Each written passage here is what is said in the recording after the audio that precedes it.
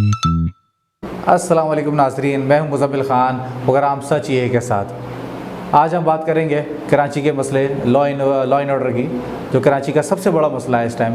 कराची का कोई शख्स, कोई औरत, कोई बच्चा, कोई बूढ़ा इससे महफूज नहीं है। कराची के सड़कों पर आप चलें तो मोबाइल छीन के ले जाते हैं, गाड़ियाँ छीन के ले जाते हैं, मोटरसाइकिलें छीन के ले जाते हैं। कराची की सूरत हाल इस टाइम बहुत ख़राब हो चुकी है और लगता है कि कराची की पुलिस और रजस इसको काबू करने में नाकाम है।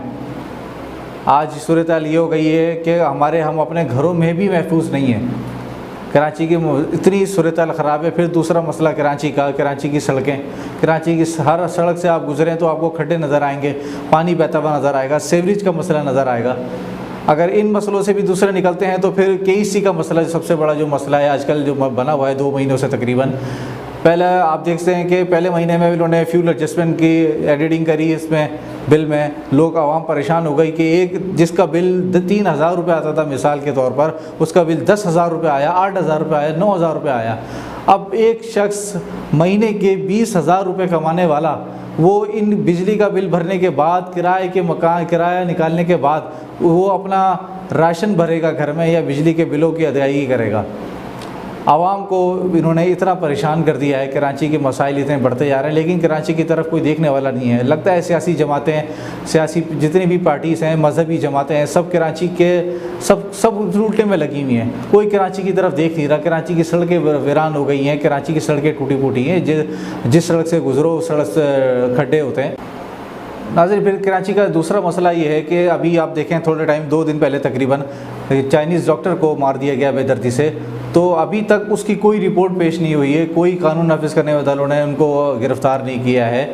उसके ख़िलाफ़ प्रोटेस्ट भी हुआ है कराची प्रेस क्लब के बाहर, लेकिन उसका कोई रिज़ल्ट नहीं निकला अभी तक। तो कराची में आवाम की ये पुकार है कि कराची में ऐसा कब तक चलता रहेगा? कराची को क्यों लावारिस समझते हैं कि कराची की तरफ कोई देखने वाला नहीं है। कराची से ले तो सब लेते हैं, लेकिन इसको देता कोई कुछ नहीं है। कराची से सब लेने के लिए तैयार होते हैं। अब आप देखें, अभी सैलाब आया, सैलाब मुतासरीन के लिए कराची ने कितनी दिल खोल कर इमदाद दी। हर चौरंगी पर, हर सड़क पर सियासी और मज़हबी जमातों के इमदादी कैंप लगे हुए हैं और वो इमदाद इकट्ठा कर रहे हैं और उनको अपने भाइयों को इस मुश्किल वक्त में साथ खड़े हुए कराची वाले। लेकिन कराची वालों के साथ खड़े होने वाला कोई नहीं है। आज पीपल्स पार्टी जो कराची का होने का दावा करती है, मुराद अली शाह साहब हमारे CM हैं, वो भी लगता है कि कराची के हालात में बेबस हैं। वो भी अभी IG साहब का भी आपने बयान सुना तकरीबन 1 हफ़्ते पहले, क्या है कि कराची के जो हालात के ज़िम्मेदार हैं वो कराची की आवाम खुद है। अब आप मुझे बताएं, कराची की आवाम जो नॉमिनेट करते हैं, हम लोग अपने वोट से सियासी जमातों को, वर्कर्स को लेकर आते हैं, वही आज हमारे लिए अगर हमें काम नहीं करके देंगे तो हम किसको पुकारेंगे? फिर किससे फरियाद करेंगे? कराची में आज कोई भी महफूज नहीं है, चाहे वो औरत हो, मर्द हो, बच्चे हों, बूढ़े हों। रोड पे चलते हुए लोगों से वारदात हो जाती है, गाड़ियाँ छिन जाती हैं, मोटरसाइकिल छिन जाती है। लोग इतनी मेहनत से पैसा कमाते हैं, लेकिन वो पैसा 1 सेकंड में चोर छीन के ले जाते हैं। अभी आप कितनी CCTV फुटेज देखते हैं YouTube वगैरह पे और न्यूज़ पर कि घरों में आसानी जाकर वो पूरा घर का सफाया कर देते हैं।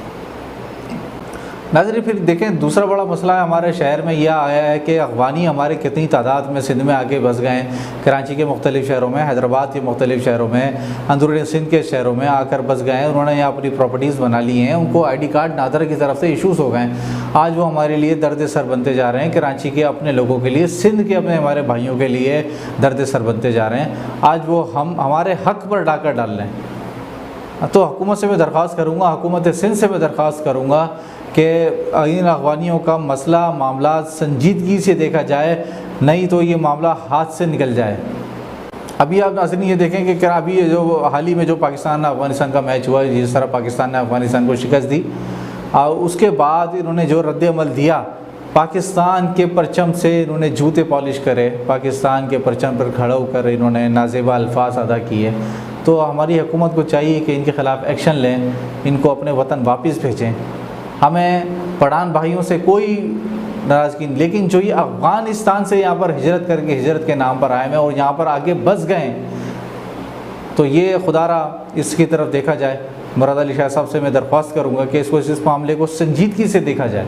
ये हमारे हक़ पे डाका डालने वाली बात है, ये सिंध की आवाम पे डाका डालने वाली बात है। आप देखें कि सिंध में वैसे ही इतने मसाइल हैं, अभी सैलाब आया, इतनी पूरे सिंध में तकरीबन सैलाब आया, पूरे सिंध के इलाके डूब गए।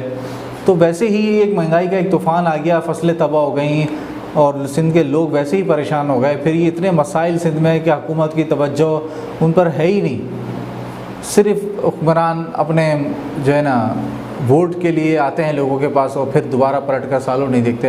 अभी देखें आप, हमारे भाई किस तरह खुले आसमान के तले उन्होंने रातें गुजारी और क्या कहते हैं, अनाज उन तक नहीं था, उनके बच्चे भूखे थे, उनके घर डूब गए, उनकी गाड़ियां बह गई, उनके मवेशी बह गए उनके। अभी आप देखेंगे कराची में और सिंध में तकरीबन ये सैलाब की सूरत के बाद डेंगू का मसला बड़ा सर उठाया है, डेंगू के मसले ने। तो ये डेंगू का मसला हुकूमत को चाहिए कि हॉस्पिटल्स की तादाद बढ़ाए, हॉस्पिटल में बेड्स की तादाद बढ़ाए। आज हॉस्पिटल में आप चले आएँ तो डेंगू के जो मर्ज़ हैं उनको बेड भी नहीं मिल रहे हैं। तो मैं हेल्थ डिपार्टमेंट से दरख्वास्त करूँगा कि इस मामले को देखें, बेड की तादाद बढ़ाएँ, मरीज़ों को रिलीफ दें।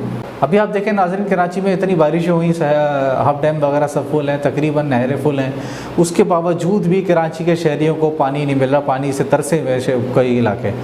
तो ये पानी कहाँ जा रहा है? पानी आप देखें, ये जो हाइड्रेंट माफिया हैं इनको तो बआसानी मिल जाता है, लेकिन कराची के घर वाले जो लाखों रुपए का टैक्स देते हैं पूरे पाकिस्तान को, पूरे पाकिस्तान की मईशत जहाँ से चलती है, वही शहर पानी से महरूम है। मेरी दरख्वास्त है मुराद अली शाह साहब से कि इस मामले को देखा जाए, संजीदगी से देखा जाए। आज आप देखें कि कराची सिंध का सबसे बड़ा शहर कराची है और आबादी के लिहाज से भी सबसे बड़ा शहर कराची है, लेकिन कराची से लेने के आज कराची पूरे पाकिस्तान को चला रहा है, लेकिन पाकिस्तान या सिंध वफाकी गवर्नमेंट भी खामोश नज़र आती है। आज शहबाज शरीफ कराची के हवाले से ना किसी पैकेज का ऐलान होता है, ना कराची में कोई काम होता हुआ नज़र आता है, ना तरक्याती काम होता हुआ नज़र आता है बनिस्बत दूसरे शहरों के। अब आप देखें पंजाब की तरफ जाएं, आप लाहौर को देखें, इस्लामाबाद को देखें, पिंडी को देखें, तो उनकी निस्बत अगर कराची में देखें तो कराची में काम की रफ्तार ज़ीरो है एकदम।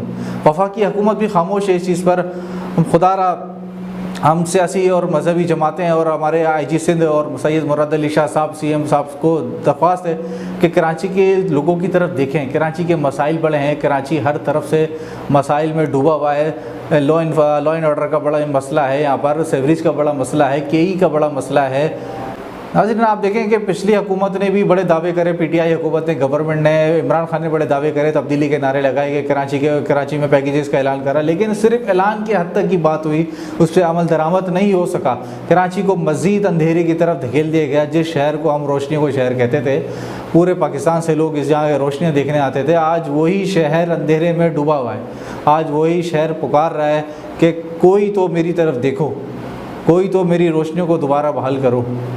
लेकिन अफसोस के साथ कहना पड़ता है कि किसी भी सियासी जमात को कोई कराची शहर को ओन नहीं करती। नहायत ही अफसोस के साथ मैं आपसे कह रहा हूँ ये कि कोई भी सियासी जमात इस शहर को ओन नहीं करती। जब वोट लेने की बारी आती है तो रोडों की कारपेटिंग वगैरह, गलियों की कारपेटिंग करा के हमें दिखा दिया जाता है, देखें जी काम हो गया, लेकिन जो इस शहर का हक था वो इस शहर को नहीं दिया गया, यहाँ के लोगों को नहीं दिया गया। आज इस शहर में महरूमी का शिकार है ये शहर, यहाँ के लोग एहसास कमतरी का शिकार हैं। आज हम देखें बनिस्बत पाकिस्तान के दूसरे बड़े शहर देखें, लाहौर देखें, कराची, इस्लामाबाद देखें, मरी देखें, पिंडी देखें, मुल्तान देखें, तो वहाँ की सड़कें आप देखें कि कितनी साफ़ सुथरी सड़कें बनी हुई हैं। किसी ज़माने में भी कराची में ऐसी सड़कें हुआ करती थी, और आज हम नाज़रीन देखें कि कराची की सड़कों का क्या हाल है कि हर जगह टूट फूट का शिकार हैं, गटर बह रहे हैं, सेवरेज का मसला है, इस खड्डे इतने हैं कि अभी आप पिछली बारिशों में हाल देखें कि बारिश हुई तो हारून पे तो वो फैमिली ही बह गई नाले में, आज तक उसका बच्चे का नहीं पता लगा।